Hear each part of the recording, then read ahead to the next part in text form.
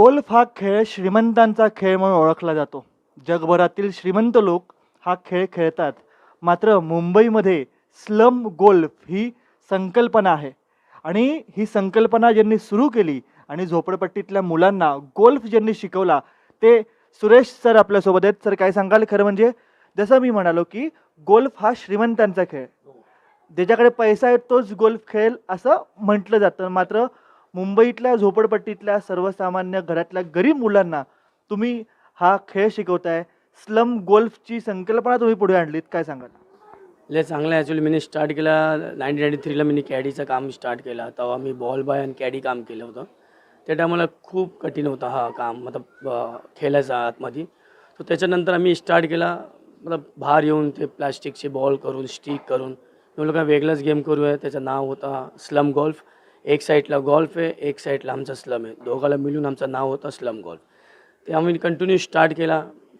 स्टार्टमध्ये लोक आले, लय कॅडी आमचे सगळ्यांनी मिळून काम केला और ते आज गेम एवढा फेमस झाला आहे. पूर्ण युरोपपासून US पर्यंत लय लोक खेळतात याला. त्याचं नाव आहे वर्ल्ड अर्बन गोल्फ. प्रयत्न हे चालू आहे का अजून लोक खेळायला पाहिजे. स्लमच्या लोकांना चान्स भेटत नाही, काही स्पॉन्सरची कमी आहे.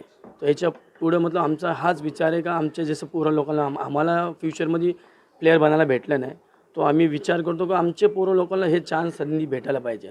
हा बॉम्बे पेसंट गोल्फ क्लब चेंबूरचा ह्याचे कॅप्टन अँड कमिटी लोकांनी एवढे चांगले लोक आहे, सगळ्यांनी आमच्या पोरं लोकांना चान्स दिला आहे. तो अजून ते पण बघतात कोणच्यामध्ये टॅलेंट आहे बाहेर.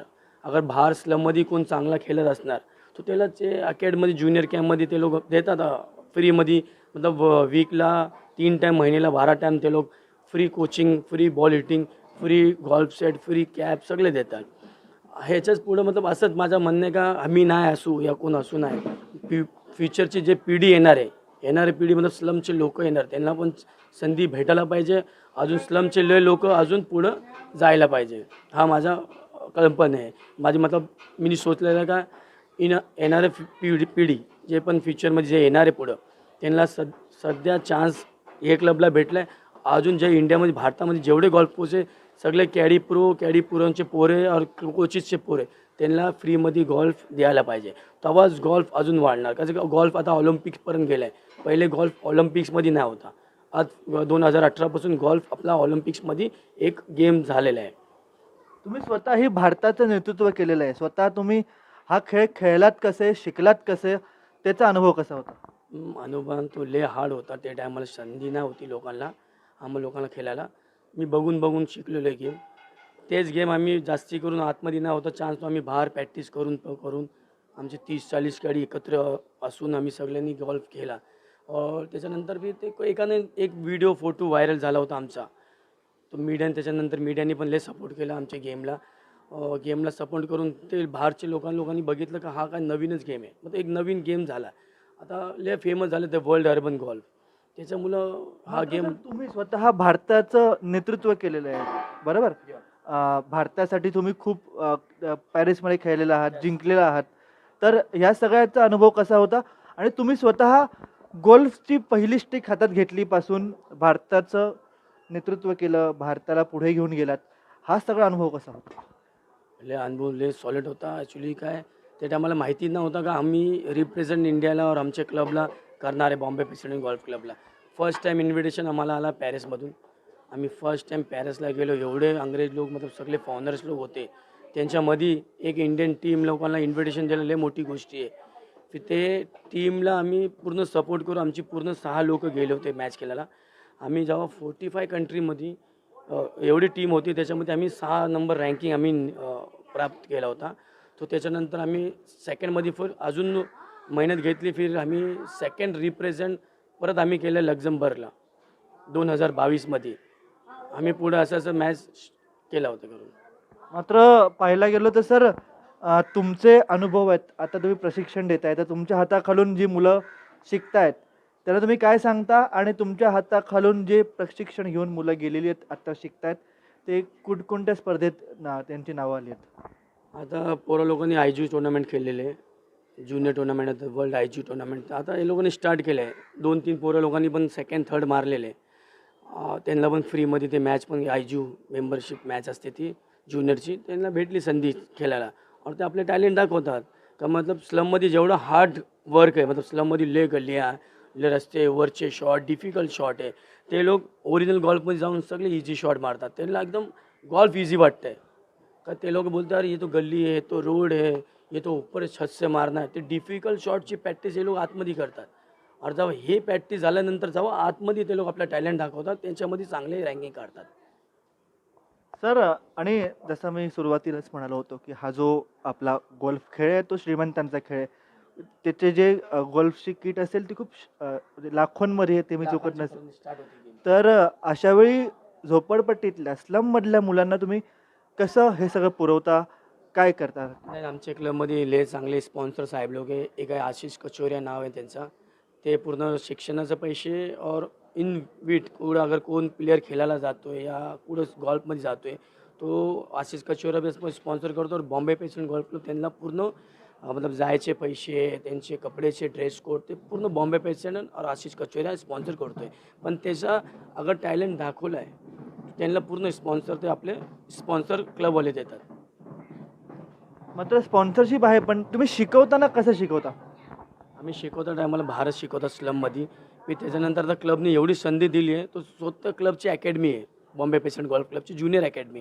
तो आम्ही त्यांना दाखवतात सर ये लड़का अच्छा खेळ रहा है ये बाहर अच्छा खेळ रहा है अंदर भी इनको देव चान्स. फिर ते देतात चान्स. फिर ते पुढं अजून वाढतात. पहिले एक पोरगा होता आता 6 पोरं आहे स्लमचे. अजून मला वाटतं फ्युचरमध्ये ते अजून 40 पोरा लोकांना चान्स देतात. सगळ्यांचे नाव घेतलेले आहे. पुढं कमिटी पास करणार अजून 40 पोरं लोकांना स्लमचे अजून लोकांना चान्स भेटणार. मतलब इन फ्युचरमध्ये 50 स्लमचे पोरं येणार आहे येणाऱ्या मतलब पावसानंतर. मला असं वाटतं काय सगळ्यांनी आपले पेपरवर आपले मुलांचे नाव सगळ्यांनी दिलेले आहे ते जे बाहेर त्यांना खेळतात ते स्लममध्ये. मात्र ही जी लाखोंची किट आहे ती तुम्ही काही जुगाड करता मी असं ऐकलंय, आणि ती उपलब्ध करता, जसं की प्लास्टिकच्या बॉलनी पण खेळता असं ऐकलंय आपल्या स्लममध्ये. मग ते नक्की तो खेळ स्लमचा खेळ स्लममध्ये कसा खेळला जातो? स्लमचा खेळ असतोय आपला देखो लोखंडचं जे बिल्डिंग ते कन्स्ट्रक्शन असतात त्याचे जुने जुने रॉड असतात. ते जुने रॉडला आम्ही बनवून गॅसचे जे पाईप असते त्यांना आम्ही ग्रीप बनवतो. त्याला कसं माहिती आहे का ते रॉड लोखंडाचा असतो ते घसतोय हँड त्यासाठी आम्ही ग्रीप लावतात. याचा गॅसचा ग्रीप लावून त्याला आम्ही गोल्फ स्टिक बनवतात. लोकांना बॉल नाही लागायला पाहिजे तेव्हा आम्ही प्लॅस्टिक बॉल घेतो. ओरिजिनल बॉलमध्ये बॉल लागला तर ब्लड येतोय काय पण इंजुरी होती. पण जर प्लॅस्टिक बॉल लागला कोण काय बोलणार नाही. आम्ही सॉरी बोलतात सॉरी लाग गया पण आम्ही तरी पण आम्ही इकडे सेफ्टी बघूनच बॉल मारतात. तर प्लॅस्टिकची बॉल पण लोकांना लागायला पाहिजे. अगर लागल्यानंतर तो एवढा काय हर्ट होत नाही या काय नाही फक्त हलकाचा लागतोय. पण जे रिअल बॉल आहे त्याच्याने लोकांना लागला तो ब्लड येतो. तिकडे कसं लोक सेफ्टीसाठी खेळतात. इकडे लोक कंटिन्यू वॉकिंग करतो कोण कुठून येतो कोण कुठून येतो. त्याच्यामुळं आम्ही प्लॅस्टिक बॉल घेतोय और स्टिक आपली लोखंडाची बनवलेली त्यालाच बोलतात स्लम गॉल्फ. स्लम एरियामध्ये आम्ही एक गेम बनवलं त्याचं नाव आहे स्लम गॉल्फ. तर एक शेवटचा प्रश्न, खरं म्हणजे या सगळ्यांना अभिमान आहे की तुम्ही इतकं चांगलं कार्य करताय. मात्र कधी मोठे खेळाडू जे गोल्फचे होऊन गेले त्यांच्याकडनं कौतुकाची थाप मिळाली आजपर्यंत? लय लोकांनी दिली. आम्ही बचपनपासून मतलब छोटे होते जेव्हापासून लो चॅम्पियन प्लेयर लोकांना बघितलं आहे. आज मिल्खा सिंगचा मुलगा पण खेळतोय. आर्मी ऑफिसरचा अनिल लहरी पण खेळतोय. गगनजीत भुल्लर पण खेळतोय. सगळे आर्मी ऑफिसरचेच मुलं आज चॅम्पियन आहे भारताचे रिप्रेझेंट करतात. पण ते पोरं कोणाचे आर्मी ऑफिसरचे ते जास्ती मेहनत काय करतात त्यांच्या आर्मीमध्ये गॉल्फ कोर्समध्ये त्यांना फ्री भेटतोय. फ्री गॉल्फ लेसन फ्री आहे. तर तसंच आमच्या क्लबमध्ये पण फ्री भेटतोय. इन फ्युचर आमच्या इकडून पण मुंबईवरून पण चांगले चांगले प्लेयर तुम्ही बघणार 10 वर्षानंतर. नितीन माने हे जे पुणेचे चांगले आपले प्लेयर आहे प्रो चॅम्पियन आहे ते माझ्या जोडीला स्लममध्ये पण खेळायला आले होते. एक चॅम्पियनशिपमध्ये त्याला सांगितलं होतं का स्लममध्ये जाऊन खेळ. मग त्याने स्लममध्ये पण आपल्या जोडीला केल्यावर त्याला लय खूप आवडला गेम. त्याने पण बोलला पुढे जावा अजून तुम्हाला मी शुभकामना देतो आहे.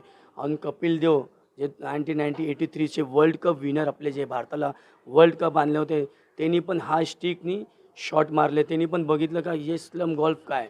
ते पण माझ्या जोडीला महालक्ष्मी रेसकोर्स विलियनर क्लबला त्यांनी पण तेच स्लम गॉल्फनी स्टिकनी बॉल मारून त्यांनी पण दाखवलं का मतलब हा गेम आहे हार्ड वर्क आहे पण अगर मारायला गेले तो गेम है.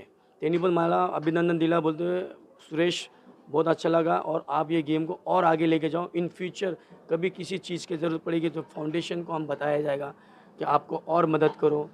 कपिल देव सारखे माणसांनी पण मला अभिनंदन केला होता. एकंदरीतच काय तर जो श्रीमंतांचा खेळ आहे तो सुरेशजींनी काय केलाय तर झोपडपट्टीतल्या सर्वसामान्य गरीब मुलांसाठी उपलब्ध करून दिला आहे. म्हणजेच काय तर स्लम गोल्फ याची संकल्पना सध्या मुंबईमध्ये राबवली जाते आहे. कॅमेरा पर्सन अनिल निर्मळसह मी चिन्मय जगताप, ETV भारत, मुंबई.